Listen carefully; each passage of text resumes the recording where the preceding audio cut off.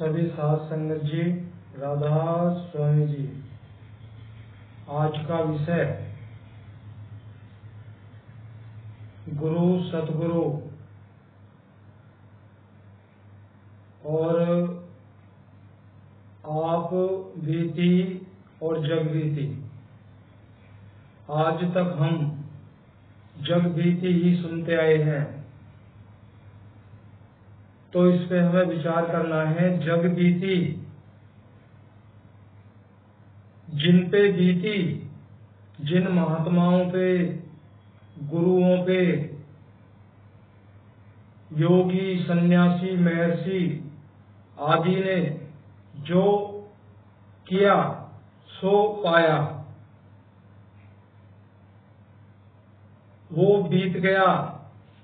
अब उस बीते हुए समय को अगर हम दोहराते रहें, जीवन भर सुनते रहें, तो कल्याण नहीं होने वाला।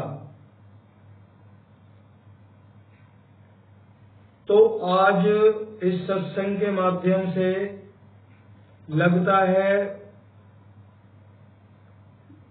आप बीती और जग बीती, शायद इसके 2-3 भाग बन जाएं। इस भाग में पूर्णतया इसको नहीं सुनाया जा सकता। आप थोड़ा धैर्य रखें। शुरुआत देखो, मुक्ति तो बहुत अलग है। हमें शुरुआत से चलना होगा, ताकि पता चलेगा कि हम कहाँ खड़े हैं। हम कहाँ खड़े हैं, जब तक यही पता नहीं चलेगा कि मैं किस लाइन में हूँ, मेरे से आगे मेरे से पीछे कितने खड़े हैं, तो इसको जानना बहुत जरूरी है।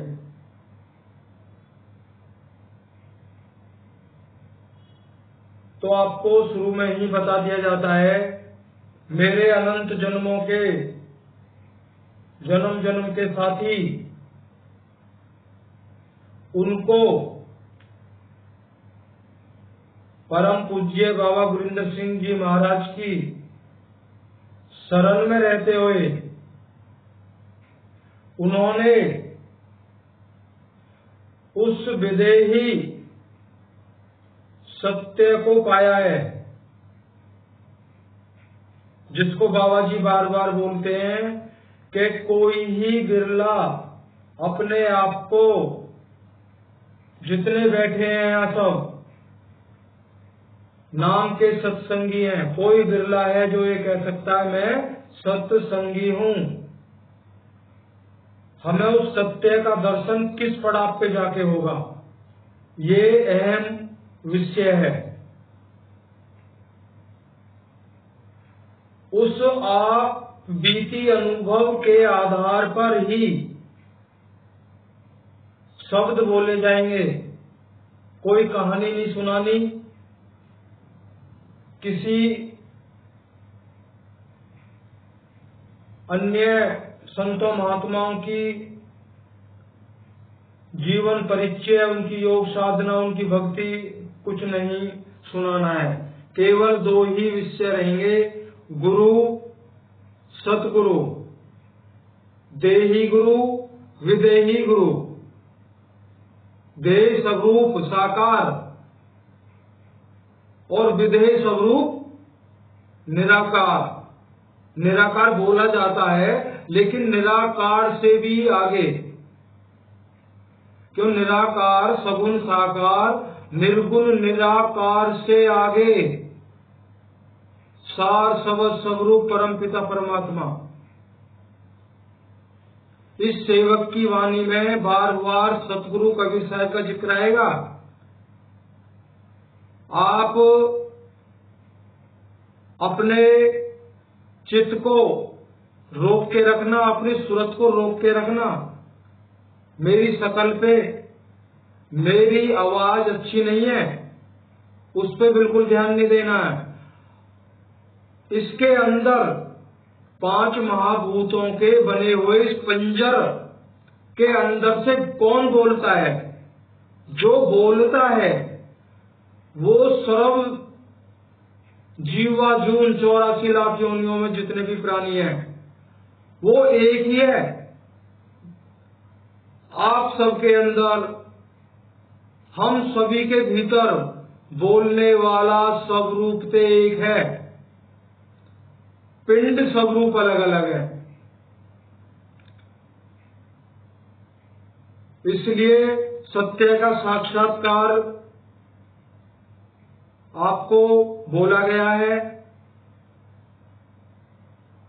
केवल सत्य का ही दर्शन होगा। टूटी फूटी आवाज से जो भी कुछ है वो सत्य है, बिल्कुल निस्वार्थ।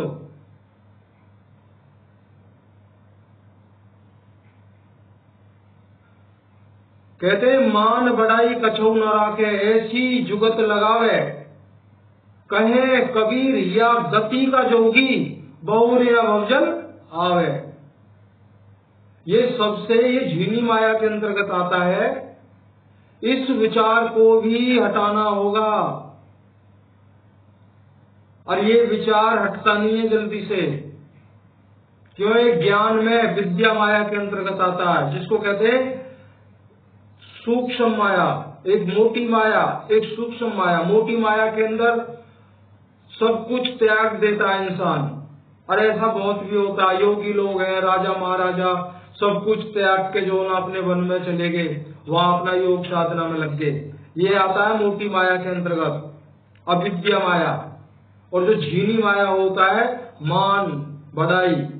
मान तो रहेगा ही रहेगा, किसी भी रूप में रहे, उसको भी हटाना होगा। तब उस सचखंड की पौड़ी जो लगी हुई है, पौड़ी, उसके पहले स्टेप पे पांव रखते हैं। अभी तो हम कहीं भी नहीं है। आइए शुरुआत करते हैं। देखिए, पहले हमें ये सोचना है, ये बात इसलिए, ये मुद्दा पहले इसलिए रखा जा रहा है कि हमारे अनंतों सवाल बाबा जी के समक्ष हम रखते हैं। क्यों रखते हैं? सवाल वो करता है जो अभी तक शिष्य बना ही नहीं। देखो, बुरा नहीं माने, इस सेवक से जो गलती हो जाए क्षमा चाहता हूँ, कोटि कोटि बार आपसे वंदना करता हूँ, क्षमा चाहता हूँ। ये स्वयं को भी नहीं पता अगला किस विषय में बात करी जाएगी, कौन सा विषय अंदर से निकलेगा, कुछ नहीं पता है।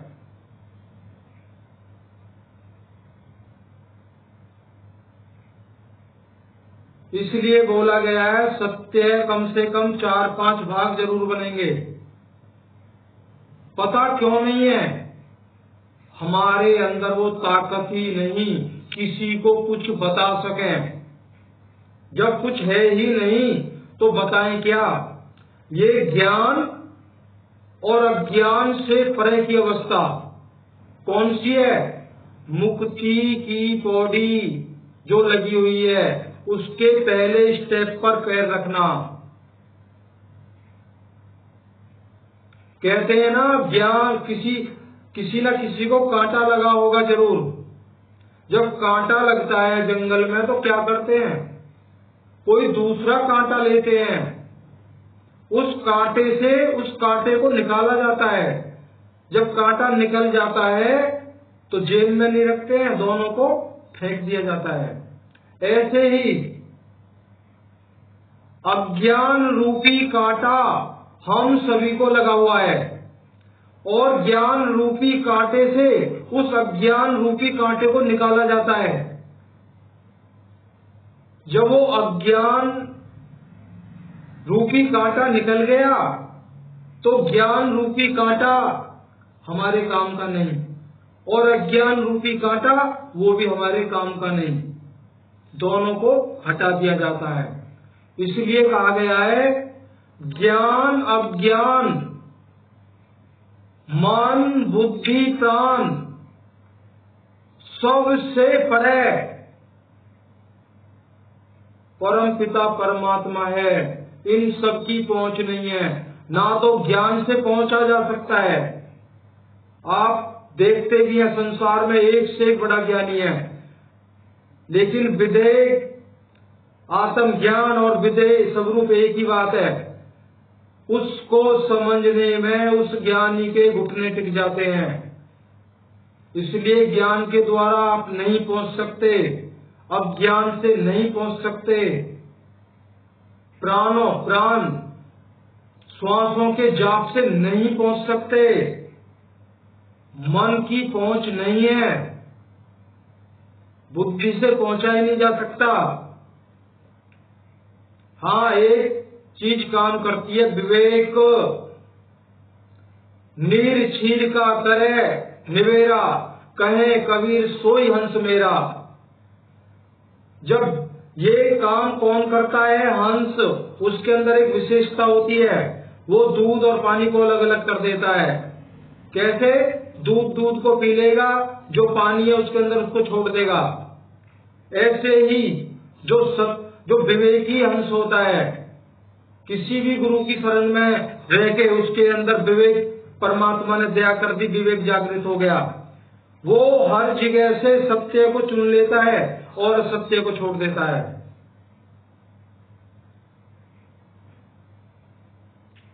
तो सत्संग का पहलू बढ़ता जाएगा। अब शुरुआत करते हैं कि सत्संग की तरफ कैसे बढ़ते हैं हम। देखिए, भक्ति, साधना, कुछ भी योग मार्ग में आने वाली जो भी साधना है, पंच मुद्राओं के अंतर्गत आती है। आगे वर्णन करेंगे। दो अवस्थाएं उसकी होती हैं। एक वो जिसके अंतर से स्वयं भूख जागृत हो। कौन सी भूख? मुझे परमात्मा से मिलना है, ये मनुष्य जन्म बड़ा अनमोल है, इसको व्यर्थ नहीं जाने देना। ये भूख उसके अंदर से जागृत होती है। उस भूख के सामने सारे ऐश्वर्य, धन, संपद, पुत्र, स्त्री, मित्र, संबंधी सब फीके लगते हैं उसको। केवल वो उस साधक को वो सत्य ज्ञान चाहिए। तो वो उस ज्ञान की खोज में सबको छोड़कर, ये नहीं है उसने छोड़ के जंगलों में जाना है, नहीं, उसकी सूरत हट जाती है, मन नहीं रहता है। तो वो गुरु की शरण में जाता है। एक तो हो गया वो। एक साधक वो होता है, उसको भूख तो है नहीं, घर गृहस्थी की किसी परेशानी से, दीन गरीबी, अन्य कोई भौतिक जगत का दुख कलेश, इनसे तंग आके छुटकारा चाहता है, वो गुरु की शरण की तरफ बढ़ता है। वो सोचता है, जब वो परेशान होता है तो वो सोचता है इससे तो परमात्मा की ही भक्ति करें, बहुत दुखी हो लिए। एक साधक वो होता है। साधक दोनों ही अच्छे हैं, लेकिन तरक्की फर्स्ट वाले साधक की होगी। क्यों? वो सारे ऐश्वर्य, धन संपत्ति को छोड़ के उसने उस भूख को जागृत किया परमात्मा से मिलने की। तो स्टेप बाय स्टेप चलेंगे। अब हमें ये देखना है कि मैं कौन सी फर्स्ट श्रेणी का साधक हूं या दूसरी श्रेणी का साधक हूं। तो गुरु की शरण में जाते हैं, वहां सत्संग सुनते हैं,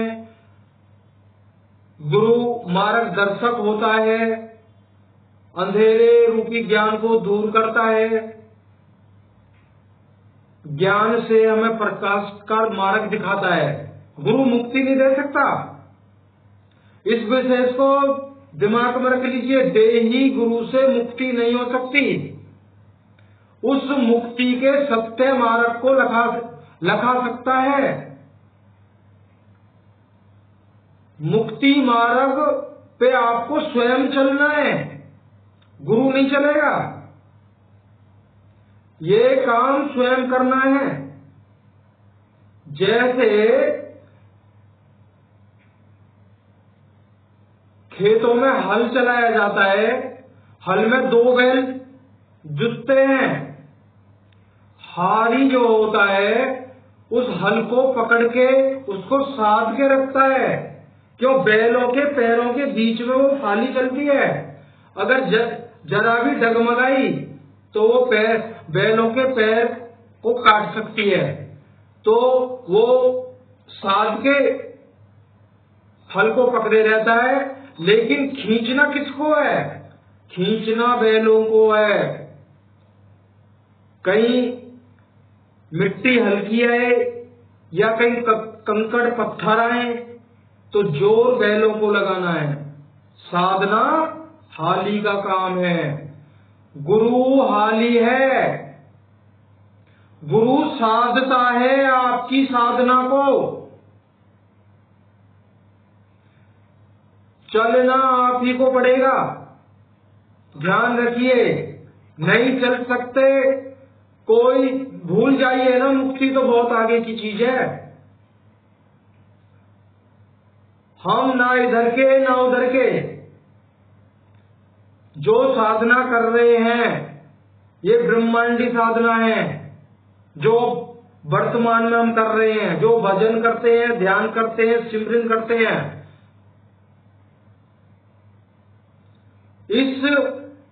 इसको करते हुए एक ऐसी अवस्था आती है, एक ऐसा पड़ाव आता है, अगर वहां नहीं रुके, वहां नहीं विचार किया तो मुक्ति होगी ही नहीं। क्यों? आगे निकल जाएंगे। आगे प्रलोभन है माया के, अगर उनमें फंस गए। फंसना 100% लाजमी है, उससे पहले ही रुकना है। ये अनुभव चल रहे हैं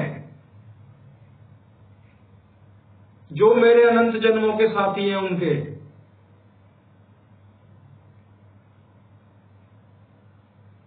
इस विचार को नहीं खोला जाएगा अगर आप बार बार ये सोच रहे हैं ना ये अनंत जन्मों के साथी कौन है। तो मेरे भाइयों, भक्ति साधना में प्रेशर हम पे ही आता है। गिरने से पहले गुरु देही गुरु मदद करता है। तो साधना के 2 स्टेप आते हैं। इसी स्टेप में जब हम चलते हैं, हमारे अंदर वो काबिलियत आती है, तब गुरु अपनी शरण में लेता है। तब योग साधना भक्ति मार्ग देता है। अगर आप सोचें गुरु तो सबको देते हैं, ये बाबा गुरिंदर सिंह जी महाराज हम सभी के परम पूज्य, दया के भंडार, दया के सागर। किसी को क्यों गुरुदर ऐसा होता है, वहां किसी को नाराज नहीं किया जाता। अगर लेने के काबिल हो तो भर के झोली ले जाइए। गुरु के लिए दरबार सबके लिए खाली है। कोई भी आओ, कहीं कोई रुकावट नहीं है, जिधर से भी आओ आइए।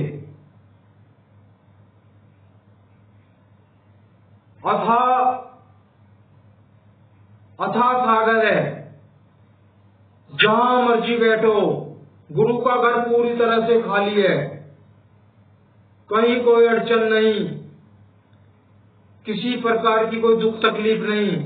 हम और आप स्वयं भी देखते हैं, कितना ही रस हो जाए।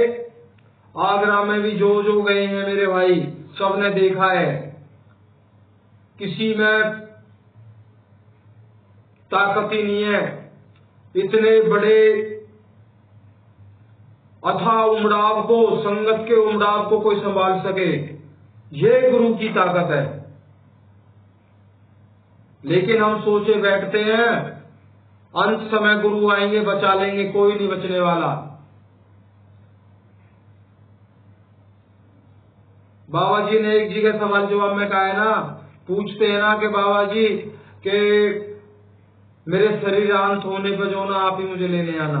तो बाबा जी मुस्कुरा के कहते हैं बेटा वो सबको लेने आता है, जिन्होंने पहचान की है वो पहचानते हैं, और जिन्होंने पहचान नहीं की है वो गफलत में जाते हैं।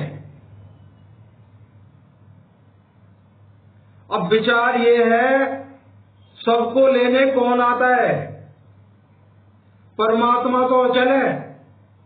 परमात्मा एक रस एक स्थिति में रहता है, ना वो कहीं जाता है ना कहीं आता है, ना कोई अवतार लेता है, कुछ नहीं। 10 अवतार निरंजन धारे, आपे ही करता होई, वो तो अपनी करनी हो गए, करता और ही कोई। ये जो 10 अवतार है ब्रह्म निरंजन काल भगवान के हैं और स्वयं ही करतार हैं। वो ये कहते हैं मैं ही परमात्मा हूं। उनमें और हम में इतना ही फर्क है, वो सिद्धात्मा है, हम असिद्धात्मा है। परमात्मा की संपूर्ण पावर सत्ता से लैस फर्क कितना है, वो परमात्मा को भूल गए। ये आप सब बीजक में सुन लेना। एक दूसरे चैनल पे बीजक डाला जाता है, सतगुरु कबीर मूल ग्रंथ बीजक। तो इस सृष्टि रचना का जो विषय है वो उसी के अंदर है। अब आगे चलते हैं। तो हमारा जब गुरु सोचता है इसका अंत ये इसके अंदर भूख जागृत है, तो गुरु अपनी शरण में लेता है। नाम उपदेश 52 अक्षरों से बने हुए स्वर व्यंजन संयुक्त मंत्र उपदेश दिया जाता है। सब कोई देते हैं, कोई एक मंत्र दे, 2 मंत्र दे, जो भी है, सब क्रिया ही देते हैं, और क्रिया के द्वारा मुक्ति नहीं होती है। बाबा जी ने भी डिक्लेयर कर दिया है कि ये नाम सत्य नहीं है। मदन साहिब की बुक है, सत्संग से जाके खरीद लेना। पृष्ठ नंबर शायद 46 है, 46। केवल मार्गदर्शक किताबें मार्गदर्शक कर सकती हैं।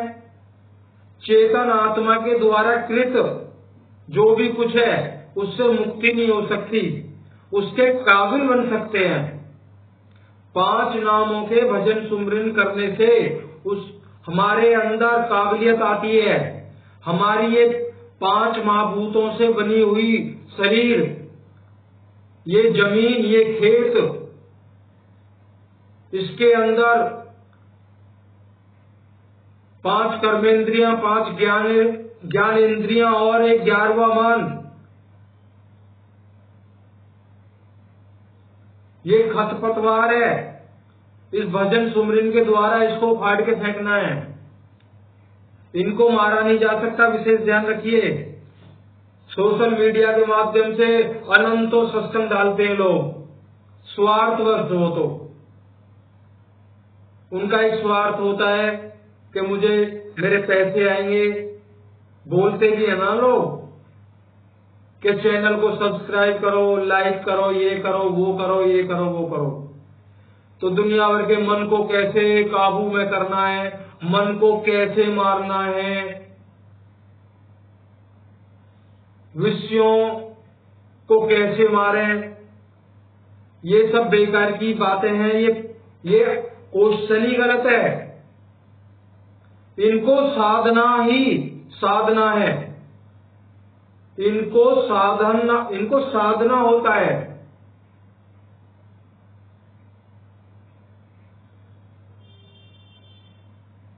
लेकिन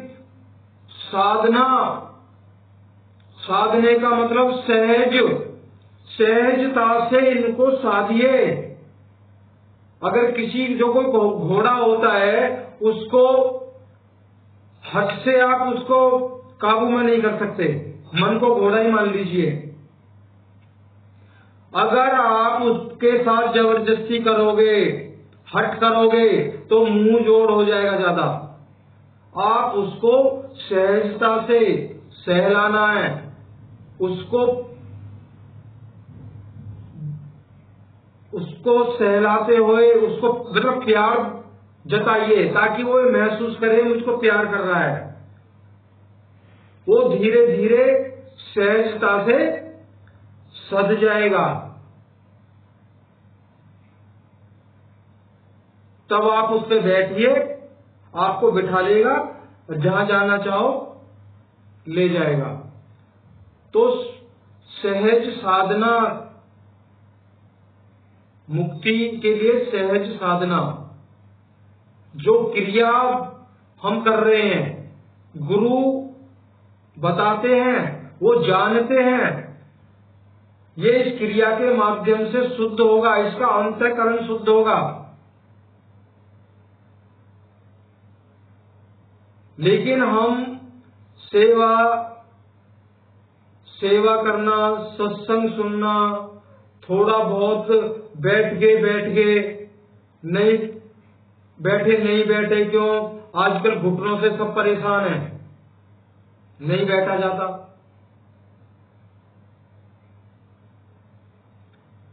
तो कैसे मुक्ति होगी? देखिए,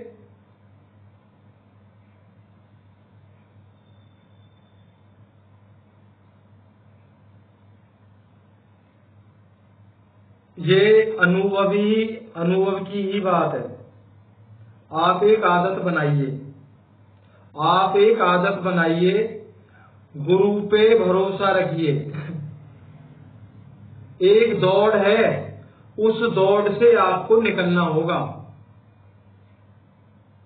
अब ये विषय अनुभव का चलता है, आप बीती अनुभव का चलता है। एक दौड़ विशेष पूरे संसार में, एक विशालकाय दौड़ में जीव जो है, मानव प्राणी दौड़ रहे हैं।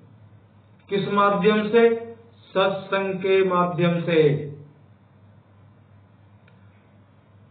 उसमें बहुत से गुरु लोग भी शामिल हैं, आगे और पीछे पूरा शिष्य वर्ग का उमड़ाव है। भागे जा रहे हैं, वो दौड़ कभी खत्म नहीं होती है, पता नहीं कहां छोड़ेगी। छोड़ना भी उसका तय है। लास्ट दौड़ कहाँ है? शमशान तक। वहां पे सबकी दौड़ खत्म हो जाती है। आप गुरु के अंदर, देही गुरु के अंदर साक्षात उस जिसको नहीं जाना वो मानकर, देही गुरु को वो मानकर, बगैर संशय के मत बैठिए भजन पे।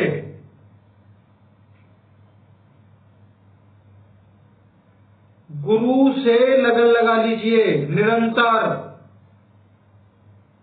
निरंतर ज्योत,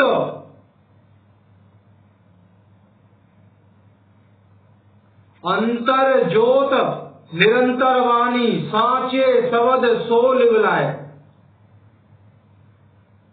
तो जब आप परमात्मा को तो आप जानते नहीं, सतगुरु को आप नहीं जानते, किसको जानते हैं? गुरु को जानते हैं, जो हमारे जैसा हमारे सामने है।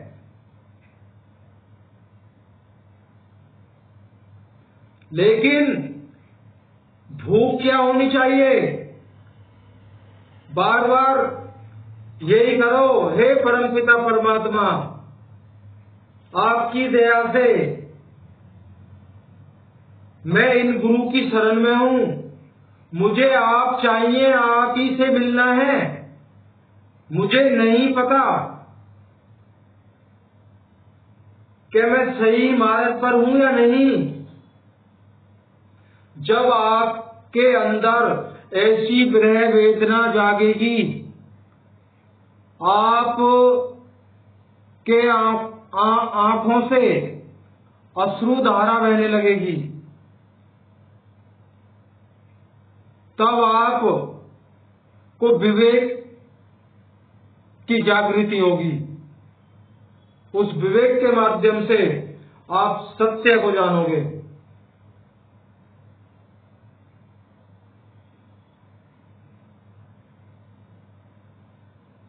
अब गुरु ने तो दे दिया जो कुछ देना था। बाबा जी बोलते हैं ना, जो देना था सो दे दिया, अब करना नहीं करना वो आपका जुम्मा। ना तो कोई बुक्स पढ़ता है कुछ सीखने को मिले, तो बाबा जी कैसे बोल रहे हैं कि पूजा पाठ नहीं करनी है, पत्थरों की पूजा नहीं करनी है? क्यों बोल रहे हैं? बाबा जी के मुंह से कहवाना चाहते हैं, और पता होते हुए भी नहीं छोड़ते हैं। लोटा लेके इतवार को नवाने जा रहे हैं, कोई मंदिर जा रहा है, कोई मेडी को नवा रहा है। वाई मेडी पे कुत्ता मुंहते झूठा तेरा टंटा। बुढ़िया बच्चा गुड़ की डली मांगे, बुढ़िया आपको नाटे, और सैयद क्या तेरा फूफा लागे भर भर बेली बाटे। कहां फंस रहे हो?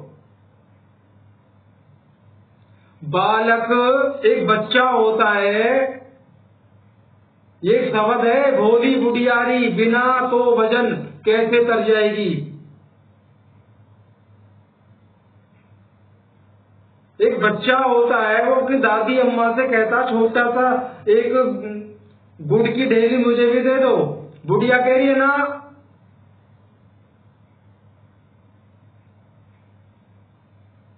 इसीलिए कहा गया है, बालक गुड़ की डली मांगे, वाको बुढ़िया नाटे। सैयद क्या तेरा फूफा लागे, झूठी भेली बाटे। मांझ मूंझ के बंटा, सैयद को पूजन चाली। मांझ मूंझ के बंटा, सैयद को पूजन चाली, और वाई मड़ी पे कुत्ता मुंहते, झूठा तेरा टंटा। कुछ ऐसे करके ही है। तो इन सब से निकलिए आप। गुरु का काम था प्रकाश का मार्ग दिखाना, वो आपको दिखा दिया। गुरु का काम था हक हलाल की कमाई खाना, वो आपको बता दिया।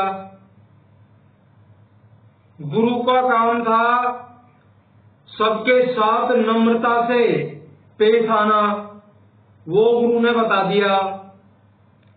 किसी भी जीव आत्मा को हमारे द्वारा कष्ट ना हो, वो गुरु ने बता दिया। क्यों कष्ट ना हो? तुझ में राम मुझ में राम, सब में राम समाया। सबसे कर लो प्यार, जगत में कोई नहीं पराया। तो सबसे प्यार करना होगा। क्यों? कीड़े मकोड़े, चींटी कुंजर, कीट पतंगा, पशु आदि, हम सब प्राणियों में एक ही आत्मा का स्वरूप वास करता है। अगर हमारे द्वारा उनको कोई कष्ट पहुंचता है तो वो परमात्मा को कष्ट दिया है हमने। इस बात को समझना होगा। आंख बंद करके बस चले जा रहे हैं।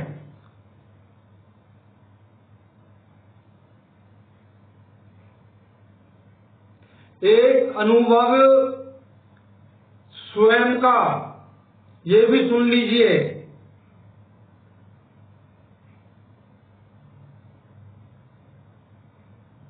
मेरे आसपास के जितने भी सत्संगी भाई हैं, करीबों 200-250 के करीब तो ऐसे हैं जो रोज का मिलना जुलना है। उनकी नजर में आज ये सेवक पागल। क्यों? मैं उनकी दौड़ती हुई भीड़ में से निकल गया। भीड़ की जो बात चल रही थी, उस भीड़ में से आपको निकलना है। निकल के कुछ क्षण मौन होकर चुप विचार करिए, क्या मैं इस भीड़ के साथ वहां पहुंचूंगा जहां मैं पहुंचना चाहता हूं, या मुझे अब शांत हो जाना चाहिए? कब तक दौड़ोगे? ये शरीर हमेशा नहीं दौड़ेगा, तब क्या करोगे?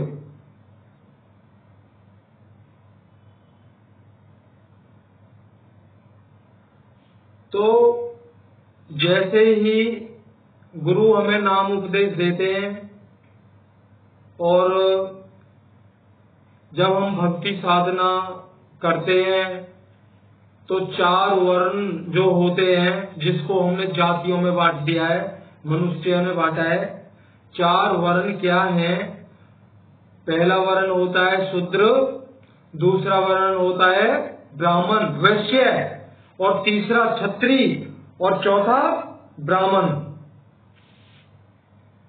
और इनकी 5 अवस्थाएं होती हैं: जागृत, स्वप्न, सुषुप्ति और तुरिया और तुरियातीत। तुरियातीत तो इस सृष्टि के रचयिता का स्थान है, वहां तो कोई आज तक पहुंचा ही नहीं है, ब्रह्मा विष्णु महेश भी नहीं पहुंचे। अब आप विषय ये है कि परमात्मा को जानना हमारी और आपकी सपने में भी पहुंच नहीं। सर्व सिद्धों के सिद्ध महायोगेश्वर श्री हरि ब्रह्मा विष्णु महेश, इन्होंने काफी योग तपस्या करने के बाद इन्होंने काल भगवान के दर्शन आज तक नहीं किए। हाँ, ज्योति स्वरूप का इन्होंने दर्शन किया है। उसी को सर्व जगत परमात्मा मानता है, उन्हीं की भक्ति देता है। इसी भक्ति में एक पड़ाव आता है जहां सत्य का दर्शन होता है। तो 4 वर्ण की बात थी। आप सबको सब कुछ ही बताया जाएगा शुरू से, तभी समझ में आएगा। बीच में से ही उठा के आपको बता दिया जाए, क्या बीच क्या है? रहे ऊर्ध अर्ध में आवे, रहे ऊर्ध अर्ध में आवे तो जग जाहिर हो। हमें निराधार पे पहुंचना होगा, ना नीचे ना ऊपर, आधार रहित। क्यों? पिंड में बैठे हैं तो ये आधार है, ब्रह्मांड में चले गए तो आधार है, बीच में निराधार।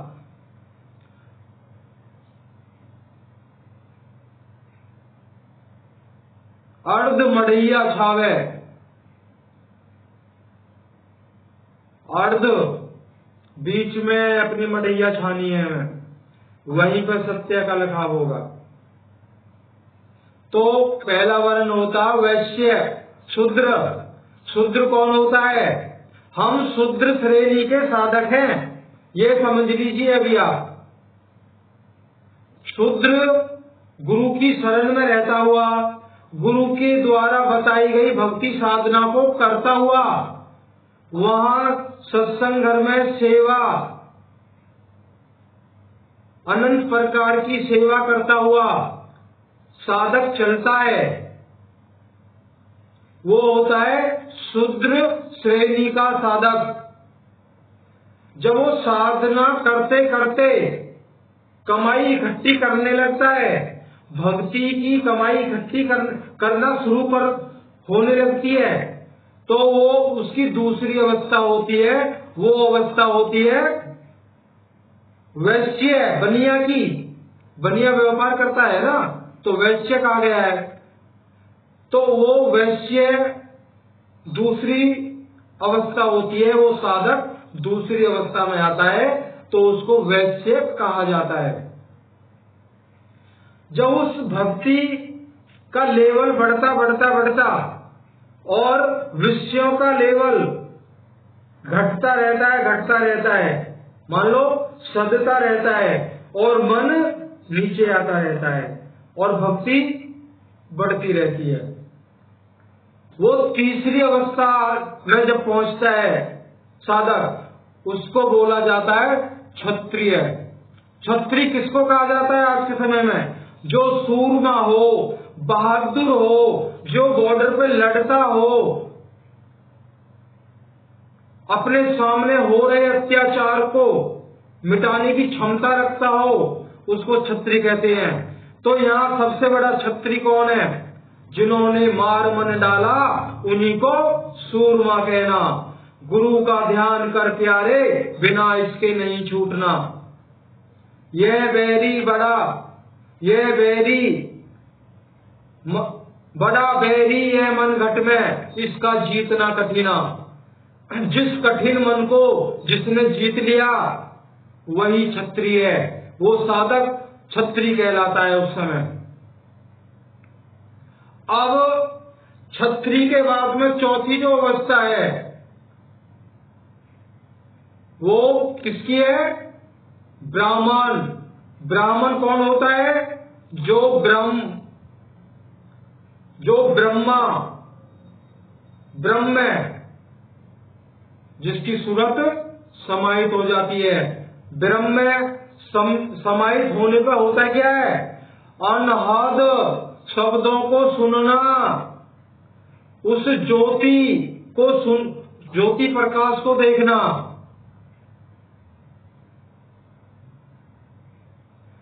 उस ज्योति प्रकाश को देखना। हम सभी ने इतना ही सुना है, लेकिन वो ज्योति कहां से कहां तक है? जहां बहनें बिंदी लगाती हैं, यहां से लेके सिर की चोटी तक, चारों दिशाओं में अखंड, उसी को कहा गया है कोटि भान छवि रोमिक, ऐसा पुरुष स्वरूप करोड़ों सूर्यों के प्रकाश से भी ज्यादा उसकी छवि, एक रोम का प्रकाश भी उसके बराबर नहीं कर सकता करोड़ों का जो सूर्य का प्रकाश है। कोटि भान छवि रोमिक ऐसा पुरुष स्वरूप, ये संकेत किसको किया गया है? ये परमात्मा को संकेत नहीं है, ये ब्रह्म निरंजन, सृष्टि के रचयिता, सृष्टि के पालन करता, सृष्टि को चलाने वाले और सृष्टि का प्रलय करने वाले, ये परमात्मा का काम नहीं है। परमात्मा कुछ भी नहीं करते हैं। याद रखिए, जब उनको करना होता है सतगुरु उस भेद को लेके आते हैं, उस भेद को जो लायक होता है उसको दिया जाता है। कौन सा भेद? आत्म चीने सो परमात्म चीने, संत कहावे सोई। इसको बाद में लेंगे। अभी जो चौथी श्रेणी में जो साधक पहुंचता है ब्रह्म में जब समाता है तो वो सत्य मुक्ति नहीं है। उन मुक्तियों को क्या नाम दिया गया है? सायुज्य, सारूप्य, सालोक्य। ये अनित्य मुक्ति है। ये अनंत कल्पों तक अनंत कल्प को बिरला ही पहुंचता है। अनंत कल्पों तक दिव्य देह में उस ज्योति स्वरूप ब्रह्म निरंजन के दर्शन करते रहो, अनहद नादों को सुनते रहो। मन काबू में वहां भी नहीं होगा। साध के ही तो पहुंचे हैं, मन के द्वारा ही पहुंचे हैं। जब वो हमारी योग साधना का फल समाप्त होगा तो हमें 84 के लिए हमें हुक्म हो जाएगा।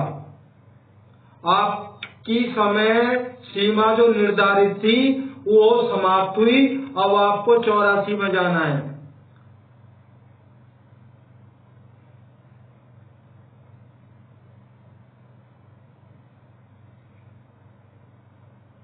तो हमें उस ब्रह्म में सम्मिलित होने से पहले ही पड़ाव पर रुकना है। पहला पड़ाव कौन सा है?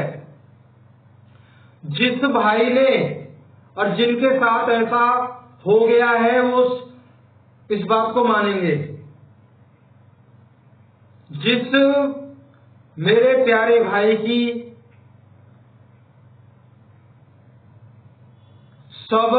वो शब्द धुन, अखंड धुन सुनाई देने लगी है और रूप का तो पता नहीं है, अनुभव के द्वारा जो सुना है वो आपके समक्ष रख रहे हैं। वो धुन ऐसी है उसको कहा नहीं जा सकता, उसको बताया नहीं जा सकता, वो अवर्णनीय है।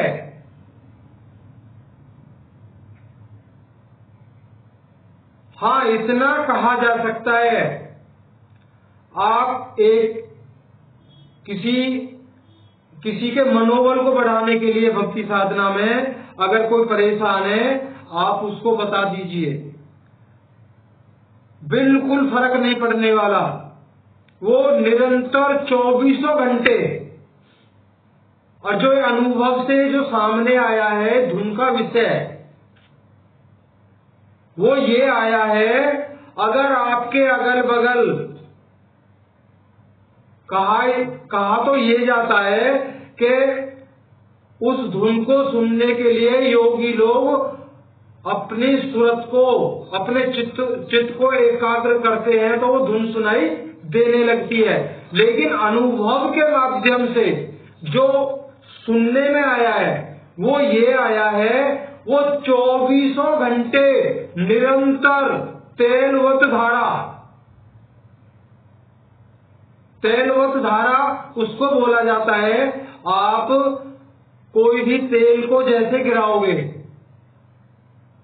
तो वो बूंद बूंद जब वो पूरा गिर जाता है ना, बिल्कुल एक पतली सी उसकी धार, उसकी तार, वो टप टप करके नहीं गिरती है, बाल जैसी पतली हो जाएगी लेकिन अटूट चलती है। वो पानी की तरह टप टप नहीं गिरती, वो पूरी गिरती है बिना किसी गैप के। इसीलिए कहा गया निरंतर बगैर किसी भी अंतर के वो 24 घंटे सुनाई देती है। आजू बाजू में कितना भी शोर क्यों नहीं है, उसको चित्र एकाग्र नहीं करना होता। क्यों? उसका चित्र पहले से ही 24 घंटे 8 पहर उसका चित्त उसी में रमन करता है। लेकिन विशेष ये है, उस धुन को सुनने से भी मुक्ति नहीं होगी। वो धुन जिन भाइयों को, मेरी माताओं को, मेरी बहनों को, साथ संगत जी जिनको वो सुनाई दे रही है, उनके लिए ये गुरु की तरफ से, हमारे बाबा जी की तरफ से एक अनमोल तोहफा है। कैसा तोहफा? आप रुक जाइए, आप रुक जाइए। अगर इससे आगे गए आप मुक्ति से वंचित हो जाओगे, सत्य मुक्ति से वंचित हो जाओगे।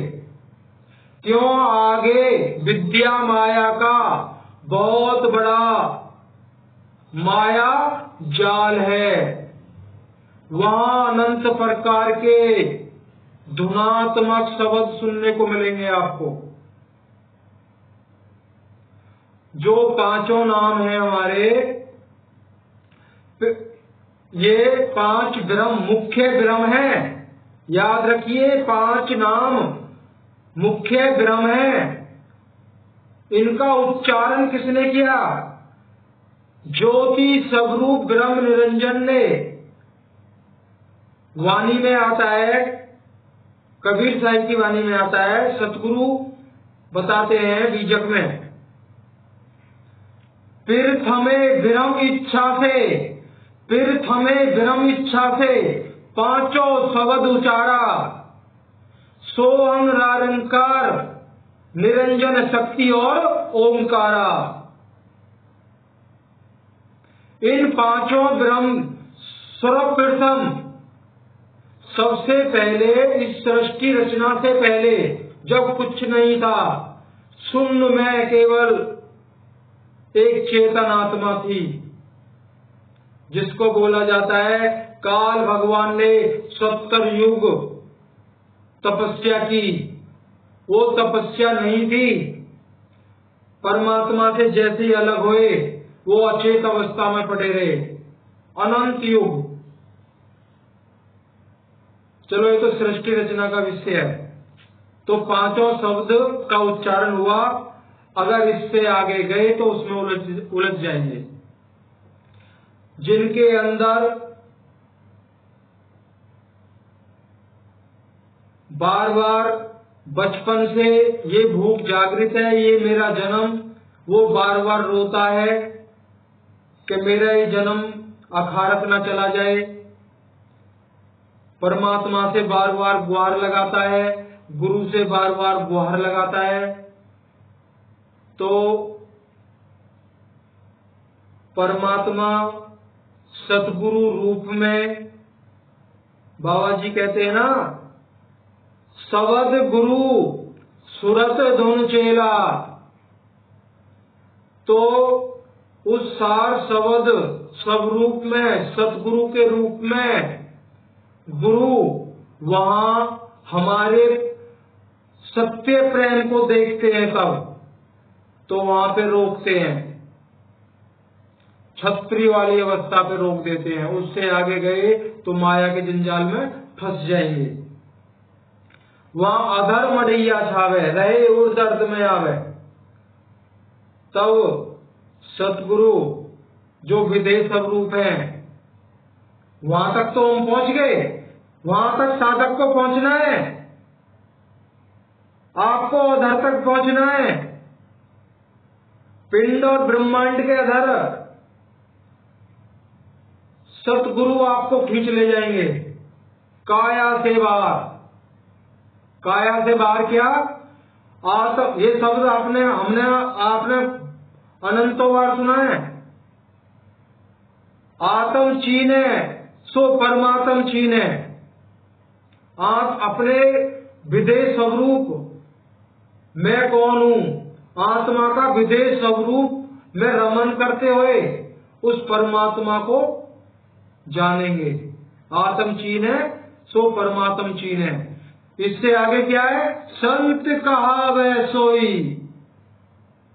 यह भेद काया से न्यारा बूझे बिरला कोई।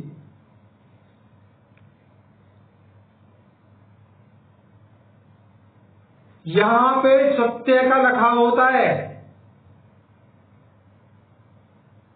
एक वाणी है जो बाबा जी ने स्वयं बड़ी मेहनत करके उसकी खोज करवाई, उस संत की वाणियों को इकट्ठा करवा के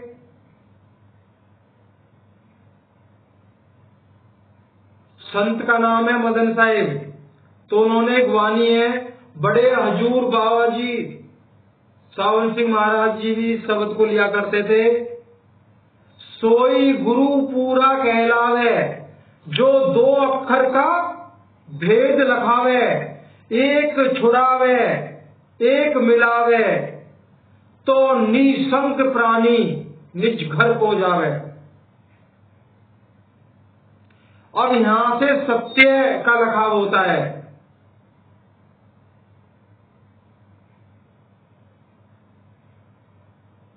तो आज वाणी को विराम देते हैं।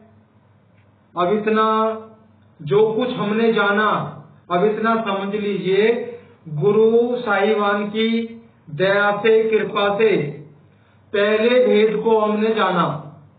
अभी इस वाणी को इसलिए लिया गया था कि सोई गुरु पूरा कहलावे दो अक्षर का भेद लखावे, एक छुड़ावे एक मिलावे तो प्राणी निसंकोच सचखंड को जाए। तो पहले भेद में हमने जाना, जो पहला भेद है ये 5 तत्व 3 गुण भौतिक जगत प्रकृति मंडल है। इसी के अंदर पिंड ब्रह्मांड ये सब इस शरीर के अंदर है। इस शरीर के अंदर जो भी रचनाएं वो चेतन आत्मा के माध्यम से रचित है। आत्मा के द्वारा बनाई गई चीज वो असत्य है, तो माया है, वो खंडित है, जड़ है। जो परमात्मा के द्वारा बनाई गई रचना वो अखंडित है, वही सत्य है। तो आज प्रथम जो भेद था, जो भी सुना और जो भी हमने आज तक जाना, आज तक वो सब झूठ है। गुरु साहिब भी कहते हैं ना, ये देही समझाने वास्ते है, ये भी झूठ है। देही को सतगुरु कहे, यो तो धुंधर ज्ञान 4 दाग जामे नहीं, ताको सतगुरु मान। देही गुरु की देही को पूजना और देही उस स्वरूप में साक्षात्कार करना परमात्मा का, दोनों में भिन्नता है। गुरु के पीछे भागते हैं। अगर गुरु पैदल चले जाए तो उनकी चरण धूलि को जेब में रख लेंगे, पुड़िया बांध के रख लेंगे। भाई ये हमारी देह, गुरु की देह झूठ है। विदेश गुरु के विदेश स्वरूप की दया कैसे हो, उस सत्य को जानिए, उस पर कल चर्चा करेंगे। अभी जो कुछ आज तक हमने जाना, ये पहला अक्षर है, इसको छोड़ना है। गुरु इससे छुड़ाता है और दूसरे को लखाता है। जो जिसको लखाता है उसी के द्वारा मुक्ति होगी। एक वाणी आती है, कागज लिखे तो कागदी, क्यों व्यवहारी जीव आत्म दृष्टि क्या लिखे, जित देगे तित पीव, कागज लिखे तो कागजी। मतलब हमारे 4 वेद, 6 शास्त्र, 18 पुराण, 108 उपनिषद, सबको, सबकी रचना ही तो करी गई है, लिखाई तो गया है। इस रचना के अंदर इस भौतिक जगत का संपूर्ण जो ज्ञान दर्ज है, तो गुरु प्रथम भेद से उसको पहले आपको जनाते हैं, जना करके फिर कहते हैं ये सब झूठ है। दोबारा से आप इसमें नहीं फंस जाओ, इसलिए पहले आपको जनाते हैं, फिर कहते हैं ये सब झूठ है। जब इसको झूठ मानकर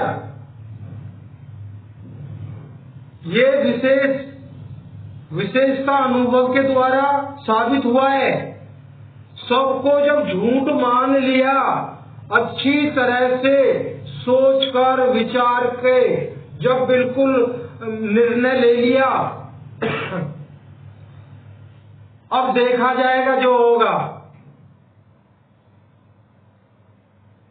ऐसा सोचकर जो हट गया, बैठ गया इस साइड में, हे परमात्मा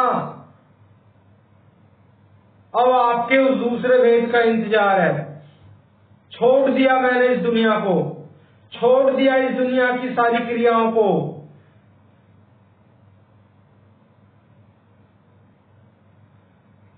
खोजत खोजत हार गया, इसमें मेरा दोष नहीं। बिल्कुल रुक जाइए।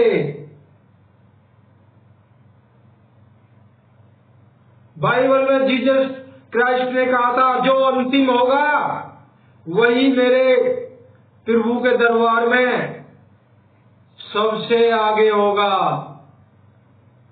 बाइबल में ईसा मसीह जी ने कहा है जो अंतिम में खड़ा होगा वो मेरे प्रभु के दरबार में सबसे आगे होगा। तो मेरे भाइयों, सारी उम्र सत्संग सुनते रहना, सारी उम्र जब तक हाथ पैर हिल रहे सेवा करते रहना। भजन ध्यान तो आपसे होगा ही नहीं। ये बहुत योग साधना हर एक के उसकी नहीं है। ये घंटा 2 घंटा का मसला नहीं। योगी योग साधना कराई, भव सागर से नाही तरई। कितनी योग साधना कर लो, भव सागर से नहीं कर सकते। देही गुरु को विदेश रूप में रखना होगा। और ये ताकत हम जीव के अंदर बिल्कुल भी नहीं है।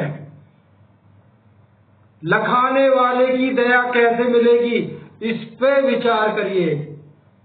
तो आज वाणी को विराम देते हैं।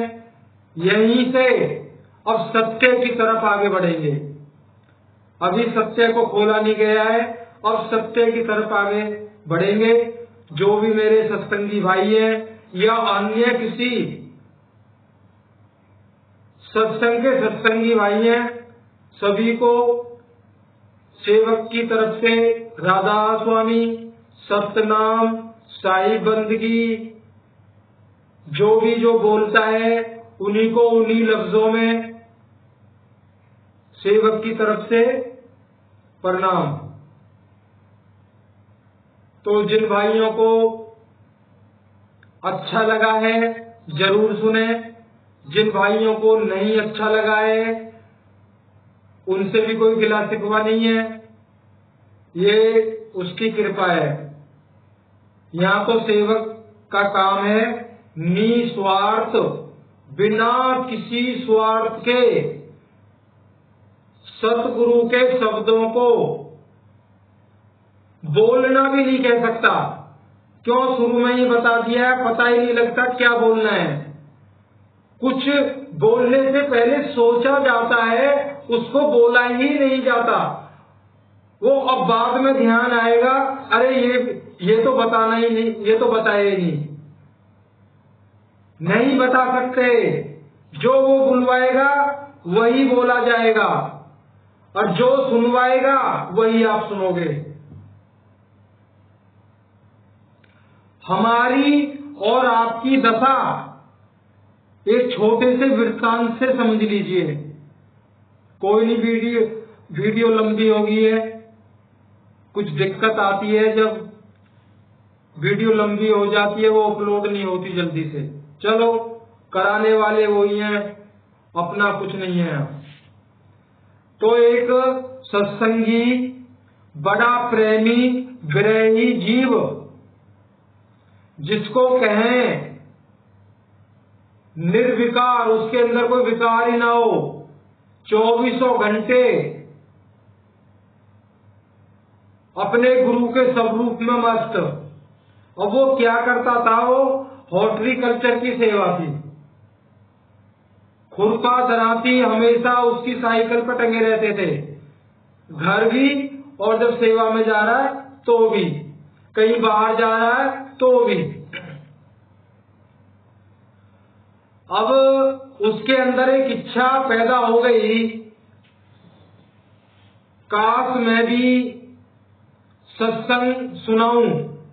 जैसे पाठीगण होते हैं, सत्संग करता होते हैं, जैसे वो सत्संग करते हैं, तो उस भाई के अंदर भी ये इच्छा जागृत होगी, सतगुरु दया करें तो मैं भी एक बार सत्संग सुनाऊं। अब क्या हुआ, ऐसा ही सोच रहा था, तो बाबा जी आए, रुके उनके पास, हालचाल पूछा। तो बाबा जी से कौन ये कह देगा जी मेरा हालचाल ठीक नहीं है।